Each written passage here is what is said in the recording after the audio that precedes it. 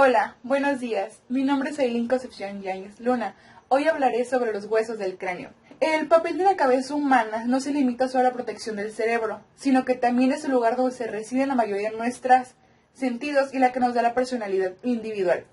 Es por ello que es un total de 22 huesos que cumplen con estas y muchas otras funciones, garantizando con su correcta morfología y fisiología. Muchos de nosotros nos hemos hecho la pregunta que si cabeza y cráneo es lo mismo, lo cual tradicionalmente tenemos a referirnos a la cabeza y el cráneo como simples sinónimos. Sin embargo, técnicamente no lo son, pues el cráneo es una proporción de la cabeza y el término de un cráneo hace referencia a las estructuras óseas que recubren y protegen el cerebro, formando parte de todo que es la cabeza. Es por lo tanto que estos huesos del cráneo, como el resto de los elementos que conforman el esqueleto facial, boca, ojos, mandíbula, nariz, etc. La clasificación de los huesos de la cabeza se realiza acorde a la diferenciación. Tenemos un grupo de los huesos neurocráneo, que son elemento óseo, aplanados y envuelven el cerebro, protegiéndolo. Por otro lado tenemos al grupo bisocráneo, huesos que forman mucho más variables que acompañan y hacen simples funciones biológicas mucho más amplias, como el olfato, el habla, la visión, la alimentación, etc. Empezaremos con los huesos del neurocráneo, protección del cerebro. Un total de 8 huesos aplanados y soldados de forma natural. Entre ellos forman la estructura que protege el cerebro de golpes y lesiones, garantizando así que el sistema nervioso no sufre de daños a lo largo de la vida de la persona. Hemos oído tal vez que a los bebés no pueden darse golpes en la cabeza porque todavía no tienen huesos. Es por eso que hay que vigilar siempre a los más pequeños, pero no de todo el cierto. Ya cuando nacemos, esos huesos del cráneo, ya los tenemos. El problema es que debido al tamaño desproporcionado del cerebro en relación a entre otros órganos del nacimiento, estos huesos no están soldados entre sí.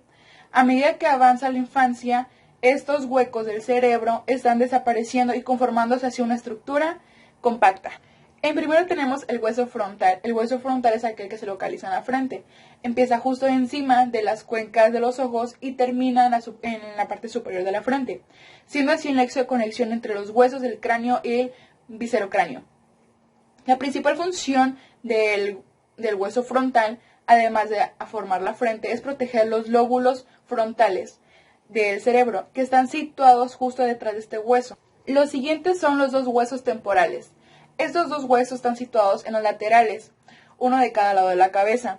Estos dos huesos protegen los lóbulos temporales, asegurando así que el lenguaje auditivo y la comprensión del habla no sean susceptibles del traumatismo. Protege también el tronco, que es el mayor ruta de comunicación del cerebro, la médula espinal y los nervios periféricos. Los huesos temporales se encargan, por lo tanto, de asegurar que el área responsable de controlar la respiración y el ritmo cardíaco que se va afectada. Esos dos huesos temporales tienen un agujero que sirve para el soporte del oído, permitiendo así que el sonido llegue al tímpano por cada uno de los laterales de la cabeza. Por lo contrario, no podríamos percibir ningún sonido. El hueso occipital. El hueso occipital es un elemento óseo que forma marcadamente cóncava y localizada en la nuca. Su función es la proteger de nuevo el tronco encéfalo. Además, también asegura la integridad del cerebelo y los lóbulos occipitales, encargados de la coordinación muscular y de procesar las imágenes que percibimos respectivamente en nuestro cerebro. Los siguientes son los huesos parietales. Los dos huesos parietales ocupan el área que conforma la coronilla y sus alrededores. Son dos huesos simétricos y soldados entre sí. Su función es proteger la parte de la corteza que hay debajo de la corteza cerebral, que es donde ocurre la percepción y la imaginación, el juicio y el pensamiento, etc.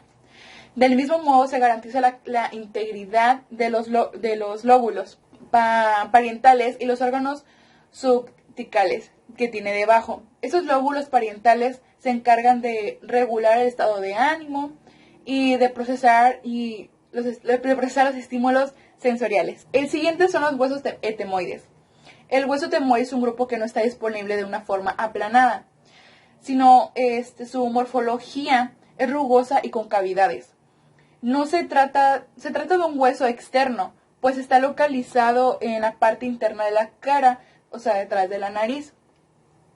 Su función principal es el sostenimiento de la cavidad nasal, desarrollándose una misión primordial por el correcto funcionamiento del sistema olfativo, creando canales a través de los cuales pueda fluir el aire. Seguimos con los huesos esfenoides.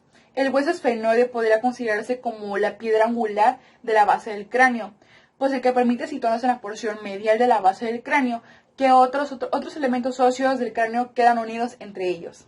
Ahora empezaremos con los huesos del viscerocráneo. En primero tenemos el hueso maxilar. El hueso maxilar, en su hueso de morfología irregular, es el que ocupa en la parte central de la cara, desde la parte superior de la boca a esta de la base de las fosas nasales. Su función principal es permitir el apoyo de las piezas dentarias superiores, incluyendo el interior de las raíces de estos dientes. Siguiente tenemos el hueso palatino. El hueso palatino, en continuación del maxilar, es el que a detrás de mayor profundidad con respecto a la superficie de la cara, además de dar apoyo a otros elementos óseos. También sirve como sostenimiento para tejidos internos. Tienen de forma L y conforma el techo de las bocas. Los huesos nasales. Los huesos nasales son elementos óseos pequeños unidos entre ellos, que sitúan en la parte media de la cara. Conforma el tabique nasal y protegiendo hacia la nariz y albergando el cartílago de su parte distal. Siguiente tenemos los huesos lagrimales. Los huesos lagrimales son pequeñas estructuras óseas situadas justo detrás del hueso maxilar. Se trata de unos huesos localizados en cada cuenco del ojo y tiene su función de participar en la función de lagrimal.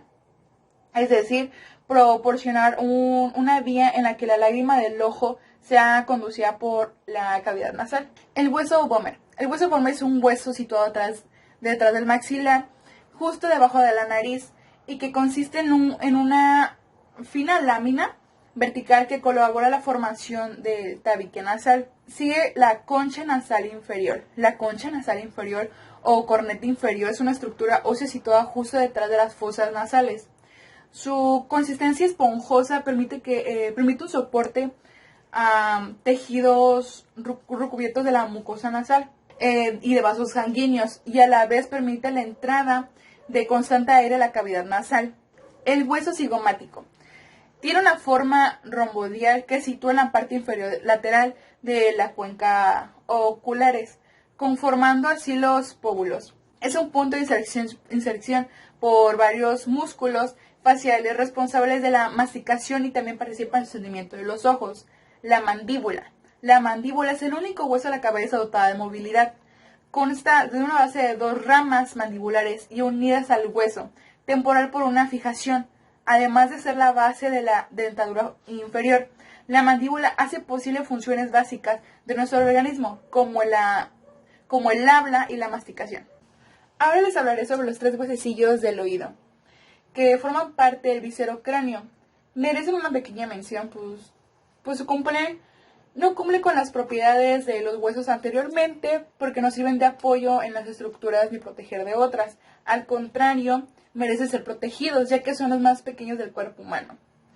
Están situados en la cavidad timpánica, en un espacio del hueco del hueco del oído medio. Estos tres huesos, martillo, yunque y estribo, están unidos entre ellos mediante articulaciones y tienen la función imprescindible de amplificar el sonido. Son ellos los encargados de transmitir el sonido desde el oído externo hasta el oído interno, teniendo por lo tanto un papel fundamental en el funcionamiento del sentido del oído. Esto ha sido por hoy. Muchas gracias.